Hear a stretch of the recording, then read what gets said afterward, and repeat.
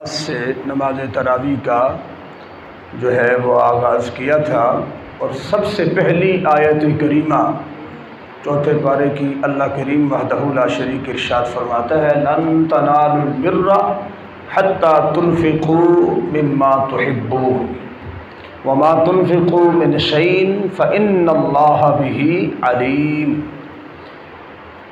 تم ہرگز نیکی کو نہیں پہنچ سکتے حتیٰ کہ تم اسے خرچ کرو جسے تم خود پسند فرماتے ہو، پسند کرتے ہو۔ یعنی خلاصہ یہ ہوگا کہ انسان جب تک اپنی محبوب اور اپنی پسندیدہ چیز اللہ کی راہ میں خرچ نہیں کرتا، اس وقت تک وہ نیکی کو نہیں پہنچ سکتا۔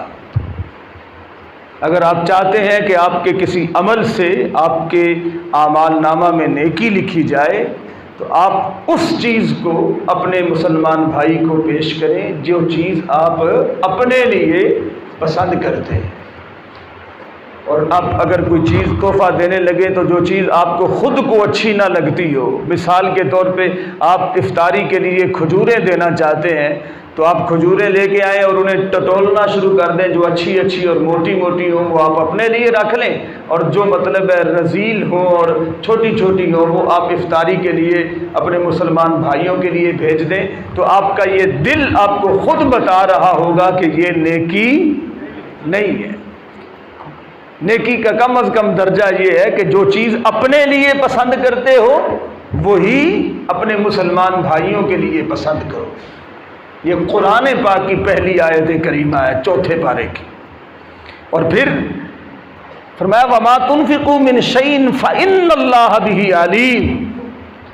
پھر کسی کو بتانے کی ضرورت نہیں ہے، جو کچھ بھی تم خرچ کر رہے ہو نا، اللہ رب العالمین اسے بخوبی جانتا ہے، وہ اس کے علم سے باہر نہیں ہے۔ تو پہلا سبق یہ کہ اپنی پسندیدہ چیز اللہ کی راہ میں دینی چاہیے، وہ اپنے مسلمان بھائیوں کو یا کسی کو بھی آپ دیتے ہیں۔ دوسری جو آیت کریمہ آج ہمارا موضوع ہے وہ ہے کہ ان اول بیت وضع للناس للذی ببکۃ مبارکہ وہدی للعالمین فیہ آیات بینات مقام ابراہیم ومن دخلہ کان آمنا وللہ علی الناس حج البیت من استطاع الیہ سبیلا ومن کفر فإن اللہ غنی عن العالمین۔ روئے زمین پہ سب سے پہلا گھر جو بنا وہ کون سا گھر ہے؟ بیت اللہ شریف۔ بیت اللہ شریف یعنی خانہ کعبہ، یہ روئے زمین پہ سب سے پہلا گھر ہے۔ دو حقیقتیں خانہ کعبہ کے حوالے سے آپ یاد رکھیے۔ پہلی حقیقت یہ ہے کہ ہر طرف پانی ہی پانی تھا، وَكَانَ عَرْشُهُ عَلَى الْمَاءِ، اور اللہ کا عرش بھی پانی کے اوپر ہی تھا۔ قرآن پاک فرماتا ہے اللہ تعالیٰ نے جب چاہا کہ میں زمین کو پیدا کروں تو سمندر کے اندر ایک بلبلا وہ اٹھا، وہ ظاہری بات ہے ایسے مطلب ہے آپ دیکھیے کہ پانی جو تھا ایسے اکٹھا ہوا اوپر کی طرف آیا تو بلبلا بنا، اور اوپر سے جو ہی ایسے واپس پلٹا تو زمین کا ایک حصہ ظاہر ہوا۔ وہ جو زمین کا حصہ ظاہر ہوا تھا آج بیت اللہ شریف بالکل اسی جگہ کے اوپر ہے۔ اس کا مطلب یہ بنا کہ ان اول بیت وضع للناس للذی ببکۃ مبارکہ، روئے زمین کا وہ ٹکڑا جو سب سے پہلے ظاہر ہوا وہ کون سی جگہ ہے؟ بیت اللہ شریف، مکہ مکرمہ والی جگہ۔ اور دوسری حقیقت یہ بھی یاد رکھیے کہ پوری زمین پہ آپ اگر دیکھیں گے سب سے زیادہ نیچے جو زمین ہے گہرائی میں، وہ زمین خانہ کعبہ شریف جس جگہ پر ہے نا وہ زمین سب سے نیچے ہے، سب سے گہرائی میں۔ باقی ساری زمین جو ہے وہ اس طریقے سے ایسے اونچی ہے ایسے، اور جو سب سے زیادہ گہرائی میں سب سے نیچے جگہ ہے وہ کون سی ہے؟ خانہ کعبہ والی جگہ، اور اللہ کی قدرت دیکھیے کہ روئے زمین پہ جو جگہ سب سے زیادہ نیچے ہے، اللہ نے اسے سب سے اونچا مقام عطا فرمایا ہوا ہے۔ سب سے اونچا مقام اسی جگہ کا ہے۔ تو اس سے ہمیں پتہ یہ چلتا ہے کہ انسان اپنے آپ کو جتنا نیچے کرتا ہے، اللہ اسے اتنا ہی اوپر کرتا ہے، اسے اتنا ہی اٹھاتا ہے۔ لہذا انسان کو عاجزی و انکساری کا دامن کبھی بھی نہیں چھوڑنا چاہیے۔ اس شہر کی شان یہ ہے، خانہ کعبۃ اللہ شریف کا مقام یہ ہے۔ اللہ فرماتا ہے وَمَن دَخَلَهُ كَانَ آمِنًا، کہ جو اس شہر پاک میں داخل ہو گیا، یعنی مسجد حرام شریف میں، وہ امن میں چلا گیا۔ اب اس کے اوپر نہ تو کوئی حد نافذ ہو سکتی ہے، نہ ہی اس کی کوئی گرفت ہو سکتی ہے۔ دوسرا فرمایا وَلِلَّهِ عَلَى النَّاسِ حِجُّ الْبَيْتِ مَنِ اسْتَطَاعَ إِلَيْهِ سَبِيلًا، اور اللہ کے لیے لوگوں کے اوپر حج بیت اللہ شریف کو فرض کر دیا گیا۔ تو حج کی جو فرضیت ہے وہ بھی اسی آیت کریمہ سے بیان کی گئی۔ فرض ہے، لیکن کس کے لیے؟ جو استطاعت رکھتا ہو وہاں جانے کی۔ استطاعت کے اندر زاد راہ بھی آ جاتا ہے، یعنی آپ کے پاس اگر پیسے ہیں، دوسری چیز صحت آ جاتی، آپ کی صحت بھی اجازت دیتی، اور تیسری چیز اگر عورت ہو تو اس کے لیے ساتھ محرم ہونا بھی کیا ہے؟ ضروری ہے۔ لہذا اگر ایک عورت کے پاس مال بھی ہے، دولت بھی ہے، صحت و تندرستی بھی ہے، سب کچھ ہونے کے باوجود اگر اس کے ساتھ جانے کے لیے کوئی محرم نہیں ہے نا، تو وہ معذور ہے، شرعی طور پر کیا ہے؟ معذور ہے۔ اس کے اوپر اب حج کی فرضیت ساقط ہو جاتی ہے، وہ نہیں جا سکتی۔ آپ اندازہ کیجئے کہ جو عورت، اسلام کے اندر کیسا عظیم مذہب ہے کہ جس عورت کو حج کے لیے بغیر محرم کے جانے کی اجازت نہیں ہے، تو وہ عورت بغیر محرم کے اپنے گھر سے دوسرے کاموں کے لیے کیسے نکل سکتی؟ یہ سوچنے والی بات ہے۔ اور جب انسان نے اپنے رب سے بغاوت کی ہے نا، تو سوائے ضلالت کے کچھ بھی حاصل، اگر اسلام کی دی ہوئی عزتوں اور شانوں کے مطابق ہماری عورت، ہمارے معاشرے کی عورت اپنے گھر میں رہتی، تو یقین کیجیے کتنے سکون والی، عزت والی روٹی وہ اپنے گھر میں کھا رہی تھی۔ اس نے پڑھ کے، نوکریاں کر کے، جاب حاصل کر کے اب بظاہر یہ سمجھتی ہے کہ ہم نے ترقی کی ہے، لیکن یہ ترقی نہیں ہے۔ اسلام تو آپ پر اتنا مہربان ہے کہ وہ آپ کو گھر میں بیٹھے بٹھائے سارا کچھ دے رہا ہے، اور آپ نے اسلام سے منہ موڑا تو آپ کو خود کرنا پڑ گیا، خود محنت کرنی پڑ گئی، غیر محرموں کے اندر جا کے بیٹھنا پڑ گیا، اور نہ جانے کیا کیا معاملات آگے ہوتے ہیں جو قابل بیان نہیں ہے۔ اس واسطے عورت کی عزت گھر کے اندر محفوظ ہے، اور اللہ رب العالمین کتنا مہربان ہے، عورت کو وہ گھر میں جو نماز پڑھتی ہے نا، وہ جتنی زیادہ مخفی جگہ پہ نماز پڑھے گی، اللہ اسے اتنا زیادہ ثواب عطا فرمائے گا۔ اب فرض کیجیے گھر کے 3 پورشن ہیں اس طریقے سے، ایک یہ ہال ہے، ایک یہ برآمدہ ہے، ایک یہ صحن ہے۔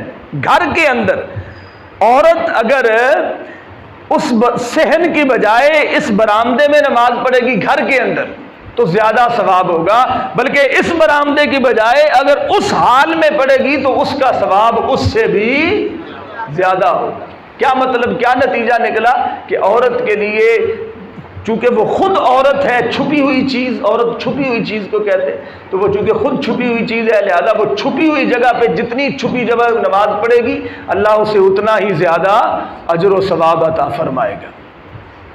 تو یہ دوسرا موضوع تھا۔ تیسرا موضوع جو ہے وہ یہ کہ اللہ پاک فرماتا ہے وَاعْتَصِمُوا بِحَبْلِ اللَّهِ جَمِيعًا وَلَا تَفَرَّقُوا، اللہ کی رسی کو مضبوطی سے تھام کے رکھو اور آپس میں تفرقوں میں نہ پڑو۔ وَاذْكُرُوا نِعْمَتَ اللَّهِ، اور اللہ کی نعمت کو یاد کرو جو اللہ نے تمہارے اوپر فرمائی۔ کیا تھی نعمت؟ کہ اذ کنتم اعداء فالف بین قلوبکم فاصبحتم بنعمتہ اخوانا، تم ایک دوسرے کے دشمن تھے اللہ رب العالمین وحدہ لا شریک نے تمہیں اپنی نعمت عطا فرمائی، بس اس نعمت کے صدقے سے تم ایک دوسرے کے بھائی بھائی بن گئے۔ وہ نعمت کیا تھی؟ وہ نعمت وجود مصطفیٰ صلی اللہ علیہ وسلم تھی کہ اللہ کے محبوب علیہ السلام کے آنے سے پہلے لوگ ایک دوسرے کے کیا تھے؟ دشمن تھے۔ حضور علیہ السلام آئے تو آپ علیہ السلام نے ایک دوسرے کے ہاتھ دیے، صحابہ کرام کے اور دیگر کے، اور انہیں کیا بنا دیا؟ بھائی بھائی بنا دی۔ تو اللہ کی اس نعمت عظمیٰ کے صدقے سے ہم آپس میں کیا کیا بن گئے؟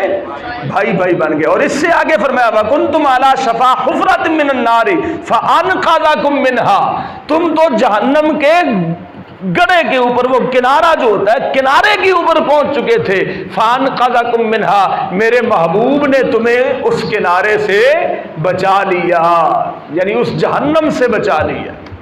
دو فائدے بظاہر آیت میں بیان کیے گئے، دشمنوں کو میرے آقا علیہ السلام نے بھائی بھائی بنا دیا، اور جہنم میں گرنے والوں کو جہنم میں گرنے سے بچا کے جنت کے اندر داخل فرما دیا۔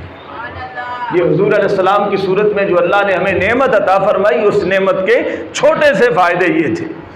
پھر اس کے بعد کنتم خیر امت اخرجت للناس تأمرون بالمعروف وتنہون عن المنکر، حضور علیہ السلام کی امت کی جو افضلیت اور خوبی ہے اس کا جو بیان ہے وہ بھی آج کے پارے میں ہے۔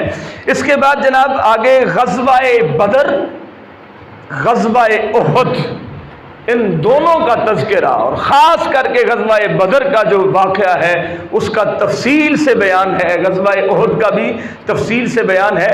یہ غزوہ بدر والا واقعہ جو ہے یہ میں کوشش کروں گا کہ اسے تھوڑا سا آج مطلب ہے چھیڑوں، لیکن اس سے پہلے باقی کو خلاصہ تھوڑا سا جو ہے وہ بیان کر دوں۔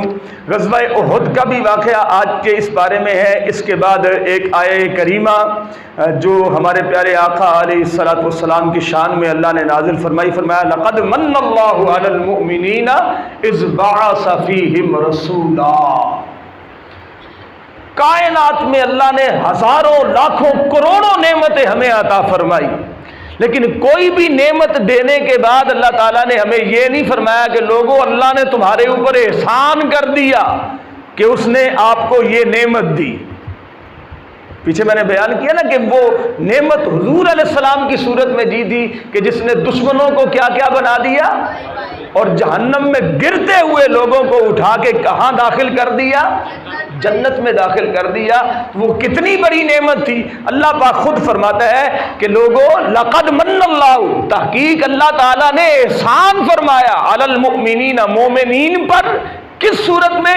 کہ اذ بعث فیہم رسولا، کہ اللہ نے اپنا رسول اس امت میں مبعوث فرما دیا۔ یہ حضور علیہ السلام کی نعمت عظمیٰ ہونے کی دلیل آ گئی کہ حضور علیہ السلام ہی وہ نعمت ہے جنہیں ہم حبل اللہ یعنی اللہ کی رسی بھی کہہ سکتے ہیں، کہ جس کے ساتھ چمٹے رہنے کا اللہ نے ہمیں حکم دے رکھا ہے کہ کچھ بھی ہو جائے تمہارے ہاتھ سے دامن مصطفیٰ کبھی نہیں چھوٹنا چاہیے، بس اس کے ساتھ چمٹے رہو۔ انشاءاللہ عز و جل جو بھی بندہ اپنے محبوب علیہ السلام کے دامن سے چمٹا رہے گا وہ دونوں فائدے پائے گا، اس کے دل میں قدورت نہیں آئے گی، اور اللہ رب العالمین اسے حضور علیہ السلام کے ساتھ جنت میں انشاءاللہ عز و جل داخل فرمائے گا۔ تو یہ سب سے بڑی نعمت اللہ کے محبوب علیہ السلام کی صورت میں ہمیں عطا کی، اور ایسی نعمت کہ اللہ رب العالمین نے اپنا ضابطہ ہی بدل دیا۔ کوئی بھی نعمت دے کے احسان نہیں جتلایا، یہ نعمت دے کے اللہ پاک نے فرمایا کہ میں نے مومنوں کے اوپر احسان فرمایا کہ اپنا محبوب انہیں عطا فرمایا۔ یا الہ العالمین باقی بھی تو ساری نعمتیں ہیں، تو نے آنکھ دی، تو نے کان دیے، ناک دی، چہرہ دیا، ہنی پہننے کے لیے اچھے اچھے لباس دیے، یہ پنکھے دیے، اے سی دیے، قالین دیے، خوبصورت چھتیں مطلب ہے مسجدیں دی، گھر دیے، ساری نعمتیں تھی، کسی کے ملنے پر احسان کا ذکر نہیں فرمایا۔ تو یہ کون سی ایسی بڑی نعمت تھی کہ جس پر احسان فرما دیا، یعنی احسان جتلا دیا تو گویا اللہ کی طرف سے یہ اعلان ہوتا ہے لوگوں بے شک جو ہم نے تمہیں دیا وہ بے شک میری نعمتیں ہیں، لیکن ان کی قدر و قیمت میرے نزدیک کچھ نہیں ہے۔ میرے نزدیک جس نعمت کی قدر و قیمت تھی وہ میرا محبوب تھا، جسے میں نے اپنے پردہ رحمت میں چھپا کے رکھا تھا، اور ہزاروں کروڑوں سال میں نے اسے اپنے پردہ رحمت میں چھپائے رکھا۔ آج میں جب وہ نعمت جسے میں نے ہزاروں لاکھوں کروڑوں سال اپنے انوار و تجلیات سے فیض یاب فرمایا، آج جب میں وہ نعمت تمہیں عطا فرما رہا ہوں اور اس نعمت کو بھی اپنے پاس میں نے نہیں رکھا، وہ بھی تمہیں دے دی، تو اس واسطے فرمایا لقد من اللہ علی المؤمنین اذ بعث فیہم رسولا، کہ تحقیق مومنوں کے اوپر اللہ تعالیٰ نے احسان عظیم کر دیا کہ اپنا محبوب جسے اپنے انوار و تجلیات میں چھپا کے رکھا تھا، آج وہ نعمت بھی مسلمانوں کو عطا فرما دی۔ اور حضور دنیا میں تشریف لائے تو روئے زمین کو مسجد بنا دیا گیا۔ حضور علیہ الصلوۃ والسلام دنیا میں تشریف لائے تو جو جہالت کا اندھیرا تھا وہ ختم ہو گیا، اور ہر طرف نور جو تھا اس کا اجالا ہو گیا۔ یہ ہمارے پیارے آقا علیہ الصلوۃ والسلام کی آمد کی ہی سلسلے میں ساری بہاریں آئی۔ اس کے بعد ایک بہت بڑی آیت کریمہ ہے جو ہمارے عقائد و نظریات کی ترجمانی کرتی ہے، اور وہ آیت کریمہ کیا ہے؟ وَمَا كَانَ اللَّهُ لِيُطْلِعَكُمْ عَلَى الْغَيْبِ وَلَكِنَّ اللَّهَ يَجْتَبِي مِن رُّسُلِهِ مَن يَشَاءُ۔ اب اس آیت کریمہ کا ترجمہ آپ سنیے، میں لفظی ترجمہ کروں گا۔ وَمَا كَانَ اللَّهُ، اور اللہ کی یہ شان نہیں ہے، لِيُطْلِعَكُمْ، تاکہ وہ مطلع کرے تمہیں، عَلَى الْغَيْبِ، غیب پر، یعنی اللہ کسی کو غیب پر مطلع نہیں کرتا، بولیے مطلع، لیکن آگے فرمایا وَلَٰكِنَّ اللَّهَ، اور لیکن اللہ تعالی یجتبی، چن لیتا ہے، مِن رُّسُلِهِ، اپنے رسولوں میں سے، مَن یشاء، جسے چاہتا ہے۔ لیکن اللہ اپنے رسولوں میں سے جسے چاہتا ہے چن لیتا ہے اور اسے غیب پر مطلع فرما دیتا ہے۔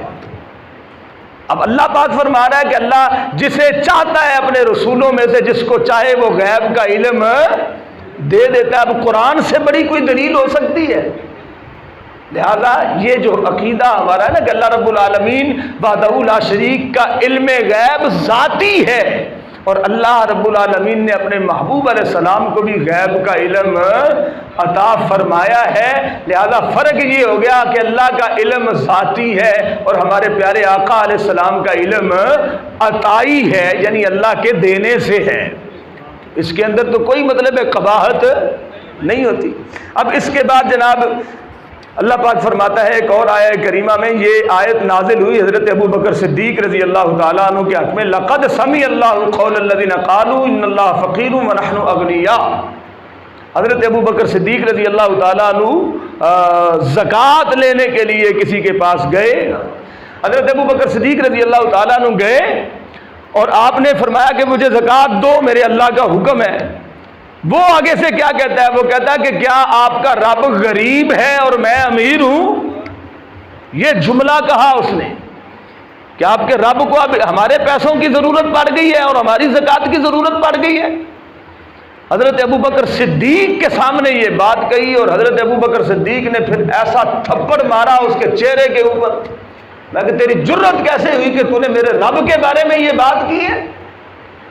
اب وہ بندہ جو تھا وہ حضور علیہ السلام کی بارگاہ میں آ گیا اور آگے کہنے لگا جی آپ کے اس یار نے مجھے تھپڑ مارا ہے اور بلا وجہ مارا ہے۔ حضرت ابو بکر صدیق رضی اللہ تعالیٰ عنہ نے عرض کی کہ حضور اس نے ایسے ایسے جملہ بولا تھا، میں نے اس لیے مجھ سے برداشت نہیں ہو سکا، میں نے مار دیا۔ وہ کہتا ہے جی اگر آپ کے پاس آپ واقعی سچے ہیں کہ میں نے یہ بات کہی ہے تو گواہ لے کے آؤ، اور آپ کے پاس کوئی گواہ موجود نہیں تھا۔ اس وقت پھر اللہ رب العالمین نے حضرت ابو بکر کی صداقت کو ظاہر کرنے کے لیے قرآن کی یہ آیت دے کے حضرت جبریل امین علیہ السلام کو بھیجا، اور جبریل امین علیہ السلام اللہ کی یہ آیت لے کے آئے، لقد سمع اللہ، تحقیق اللہ نے سن لیا، قول الذین، ان لوگوں کی بات کو، قالوا جنہوں نے یہ کہا کہ ان اللہ فقیر ونحن اغنیاء، کہ بے شک اللہ فقیر ہے اور ہم غنی ہیں۔ تو سیم الفاظ کے ساتھ اللہ نے قرآن کی یہ آیت نازل فرما دی، اور حضرت ابو بکر صدیق رضی اللہ تعالیٰ عنہ کی گواہی خود اللہ رب العالمین نے اتاری۔ تو یہ مطلب ہے حضرت ابو بکر صدیق رضی اللہ تعالیٰ عنہ کے ماتھے کا جھومر ہے یہ آیت کریمہ۔ اس کے بعد ایک اور آیت کریمہ کا ایک چھوٹا سا جملہ، فمن زحزح عن النار وادخل الجنۃ فقد فاز۔ اللہ فرماتا ہے کہ جسے جہنم کی آگ سے بچا لیا گیا اور جنت میں داخل کر دیا گیا، پس تحقیق وہ کامیاب ہو گیا۔ وما الحیات الدنیا الا متاع الغرور، اور دنیا کی زندگی سوائے دھوکے کے اور کچھ بھی نہیں۔ تو کامیابی اور ناکامی کا بیان کر دیا کہ دنیا کی زندگی میں کامیاب کون ہوتا ہے؟ جو اپنے آپ کو جنتی بنا لیتا ہے، اور ناکام کون ہوتا ہے؟ جو اپنے آپ کو جہنمی بنا لیتا ہے۔ تو پتہ کیا چلا کہ اس دنیا میں رہنے والا انسان اپنے آپ کو خود ہی جنت یا جہنم کا مستحق بناتا ہے۔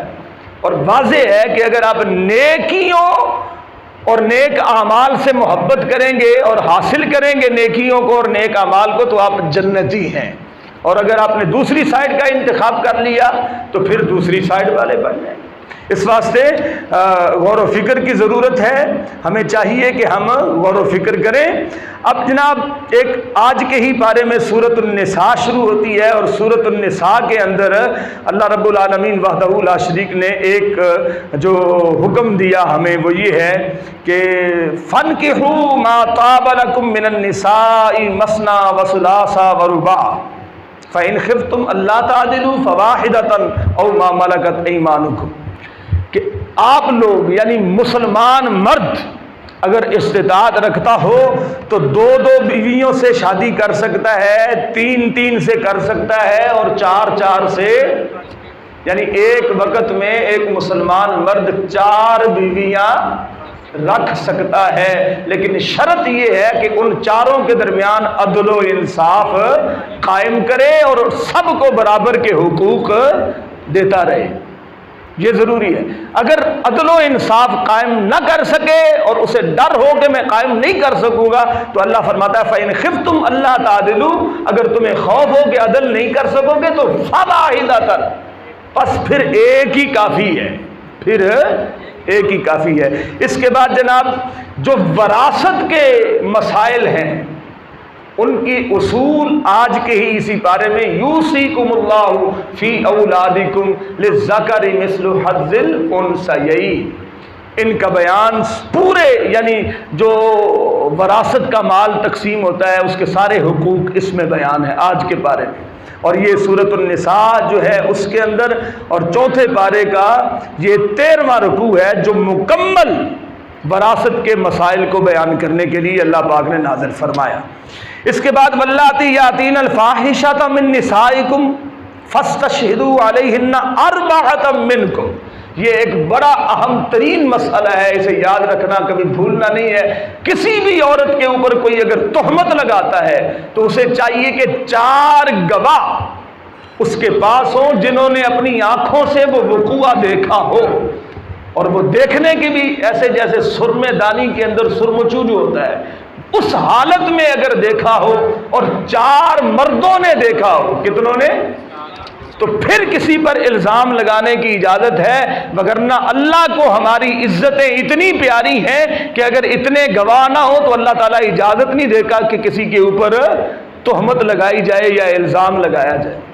معاذ اللہ آج تو مطلب ہے کسی کے ساتھ کوئی جا رہا ہو تو ہم پتہ نہیں کیا کیا اس کے بارے میں فرمودات جو ہیں وہ صادر فرما دیتے ہیں، ہمیں یہ قطعاً اجازت نہیں ہے۔ اس واسطے اس معاملے کو بہت ہی سنجیدگی سے لینا چاہیے اور کبھی بھی مطلب ہے جلد بازی سے کام نہیں لینا چاہیے۔ اب جناب محرم عورتیں جو ہیں ان کا بیان یہ سن لیجئے، سماعت کر لیجئے۔ اللہ پاک فرماتا ہے حرمت علیکم امہاتکم، یعنی جن سے نکاح نہیں ہو سکتا بندے کا، ان عورتوں کا بیان یہ آخری آیت ہے چوتھے پارے کی۔ اللہ پاک فرماتا ہے تمہاری مائیں تمہارے اوپر حرام کر دی گئی، تو گنتے جائیے گا، ایک ہوگی ماں، یہ محرمات ابدیہ میں ہیں، یعنی جن سے کبھی بھی نکاح نہیں ہو سکتا، ایک ماں ہو گئی، دوسری بیٹیاں، تیسری بہنیں، اور چوتھی جی پھپھیاں، کیا پھپھیاں، اور پانچویں خالہ، اور چھٹی بھتیجیاں، اور ساتویں بھانجیاں، بنات الاخت بھانجیاں، اور وَأُمَّهَاتُكُمُ اللَّاتِي أَرْضَعْنَكُمْ، اور تمہاری رضائی مائیں، یعنی جن کا بندے نے دودھ پیا ہو وہ رضائی مائیں۔ اور یاد رکھیے رضائی ماں تب بنتی ہے جب 28 سال کے اندر کسی نے کسی کا دودھ پیا ہو، تو حرمت رضا ثابت ہوتی ہے، اس کے بعد نہیں ہوتی۔ تو رضائی ماں جو ہے اس سے بھی مطلب ہے نکاح نہیں ہو سکتا۔ وَأَخَوَاتُكُم مِّنَ الرَّضَاعَ، اور جو تمہاری رضائی بہنیں ہیں، یعنی ایک ماں کا 2 نن دودھ پیا تو اس سے بھی نکاح نہیں ہو سکتا۔ وَأُمَّهَاتُ نِسَائِكُمْ، اور تمہاری بیویوں کی مائیں، یعنی ساسو ماں جسے کہتے ہیں، ساس جو ہوتی، تو اس سے بھی نکاح نہیں ہو سکتا۔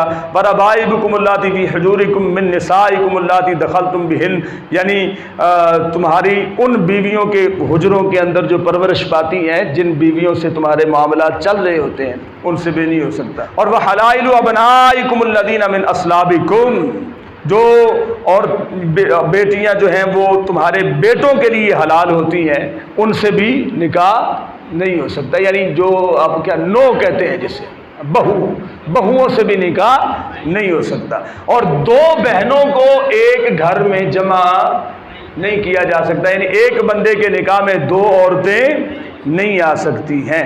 تو اس کا بھی مطلب ہے بیان محرمات ابدیہ کا سارا آج کے ہی ضمن میں تھا۔ ایک اور بات، الرجال قوامون علی النساء بما فضل اللہ بعضهم علی بعض وبما انفقوا من اموالهم، اللہ تعالیٰ نے مردوں کو عورتوں پر تقویت بخشی ہے، یہ ہمارا رب فرما رہا ہے، اللہ نے مردوں کو عورتوں پر تقویت بخشی ہے، اور اس کی بے شمار وجوہات ہیں کہ ان میں سے ایک بما فضل اللہ بعضهم علی بعض، کہ اللہ تعالیٰ کی شان ہے کہ وہ بعض کو بعض پر فضیلت دیتا ہے، تو عورت کے مقابلے میں مرد کو کیا ہے، فضیلت ہے، اور اس وجہ سے کہ وہ سارا اپنا مال جو ہے وہ خرچ کرتے ہیں، مطلب مال سارا انہی کا چلتا ہے نا، مردوں کا، تو یہ عورتوں پر مردوں کو فضیلت ہے۔ اسی طریقے سے جناب اللہ تعالیٰ نے آج کے ہی پارے میں فرمایا وَاعْبُدُوا اللَّهَ وَلَا تُشْرِكُوا بِهِ شَيْئًا، تو اللہ کی عبادت کرو اور اللہ کے ساتھ کسی کو شریک وَبِالْوَالِدَيْنِ احسانا، اللہ کی عبادت کے بعد پہلا حکم یہ کہ والدین کے ساتھ حسن سلوک کرو، والدین کے ساتھ نیکی کرو۔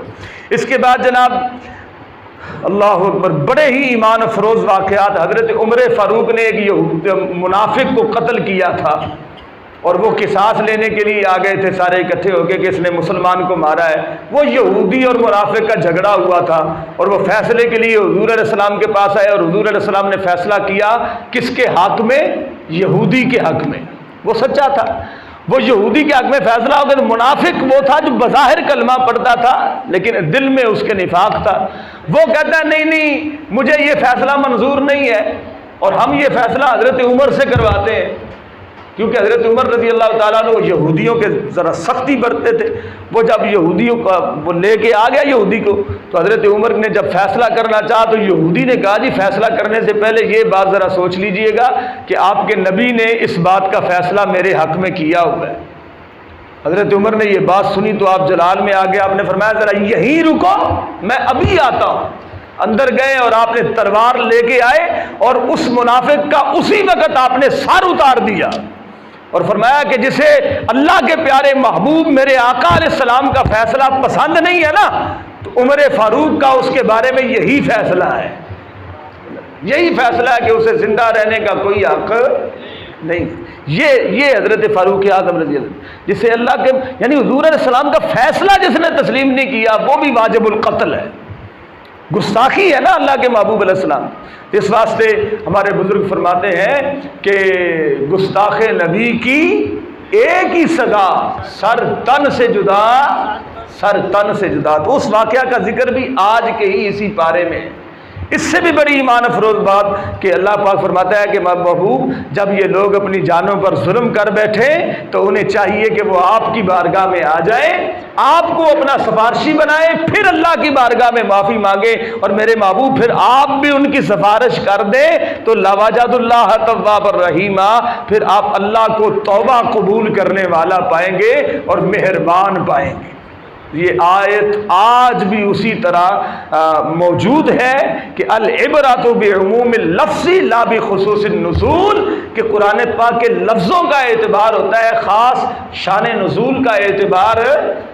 لہذا آج بھی اگر کوئی بندہ مسلم حضور علیہ السلام کے روضہ اطہر پہ جا کے روتا ہے، گڑ گڑاتا ہے، اور حضور کو گواہ بنا کے عرض کرتا ہے کہ حضور اللہ کی بارگاہ میں میری سفارش کیجیے، اور پھر دعا کرتا ہے، تو یقیناً ہمارے پیارے آقا علیہ الصلوۃ والسلام اس کے لیے دعا فرماتے ہیں اور اس کا بیڑا پار ہو جاتا ہے۔